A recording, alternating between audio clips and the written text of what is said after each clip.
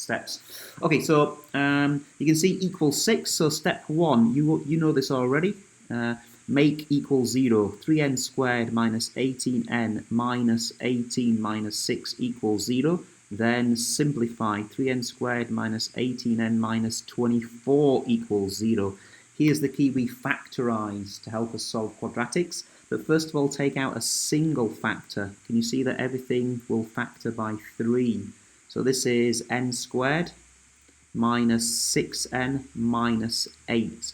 And by doing that, it just makes this expression in the bracket easier to factorise, okay?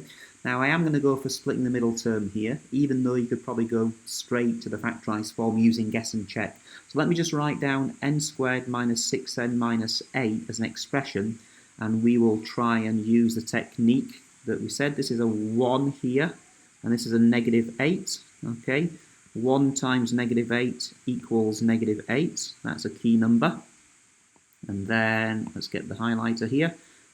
This middle number is negative 6.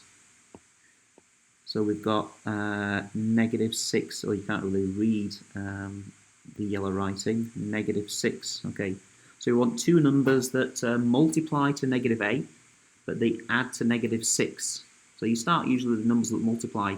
I know that 4 times 2 is that right? 4 times 2 is negative 8. I think that looks okay, doesn't it?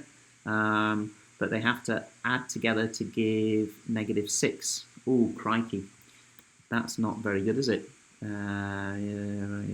Okay, so guys, I'm going to have to pause there because I made this question up, and guess what? It will not factorise. There are not two numbers that multiply to give negative 8, but actually add to give negative 6. It just won't work. So I'm going to have to change the question a little bit to make it work. So pause right there. If I change this negative 8 into a positive 8, and then 1 times positive 8 is positive 8 there. And now can you see that two numbers that multiply to give positive 8, but add together to give negative 6 would be negative 4 and negative 2. Very, very sneaky. So let's just go backtrack and change the structure of the question. So this has to be a plus 8 to make this work. So it must be a plus 8 here. So this must be a plus 24 here. So it must be a plus and a plus and a minus. There we go. How's that? Okay, phew, I think we fixed it. All right, let me carry on then. So we're going to split this middle term, negative 6n here. We're going to change it into negative 4n minus 2n. This is going to be n squared here and plus 8 here. And then you factorise two terms at a time, okay? So n factors out, n minus 4. And then look at the next two terms, negative 2n and positive 8. So negative 2 is a factor. Negative 2 times by n is negative 2n, and negative 4 here.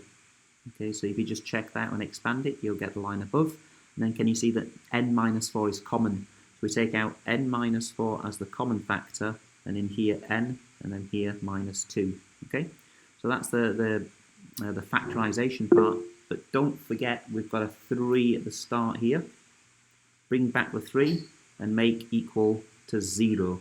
Okay, so you've got 3 times by something times by something. It's got to make equal to 0. So you either have the n minus 4 equals 0, or you have the n minus 2 equals 0. Therefore, n equals 2, or n equals 4. Okay, and if you tried n equals 4 back into the original, or n equals 2 back into the original, you would find that those are two solutions. We cannot see the presentation. Can't see the presentation now, no? No. Oh, okay. Thank you very much for. But the good news is, I have recorded